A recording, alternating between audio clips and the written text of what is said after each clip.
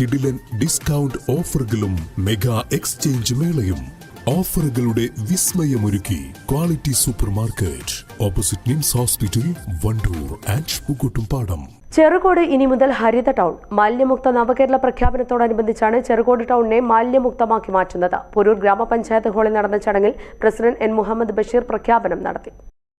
ചെറുകോടിനെ പോലെ മറ്റ് അങ്ങാടികളും മാലിന്യമുക്തമാക്കാനാണ് പഞ്ചായത്തിന്റെ തീരുമാനം. ഹരിതകർമ്മ സേനാംഗങ്ങളുടെ നേതൃത്വത്തിലാണ് മാലിന്യമുക്തമാക്കുന്നത്. ജനുവരി 1 മുതലാണ് ഇതിനായുള്ള ശുചീകരണം ആരംഭിച്ചത്. നിലവിൽ 11ഓളം പേർ ചേർന്നാണ് അങ്ങാടി വൃത്തിയാക്കുന്നത്.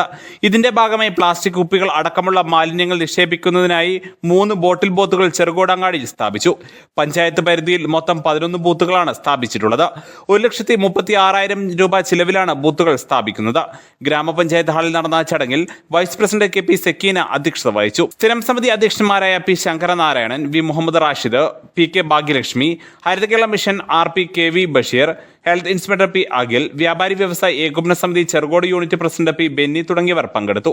News bureau, Wandoor. സ്വന്തം ഹൈസ്പീഡ് ഇന്റർനെറ്റ്, നമ്മുടെ സ്വന്തം ഇന്റർനെറ്റ്.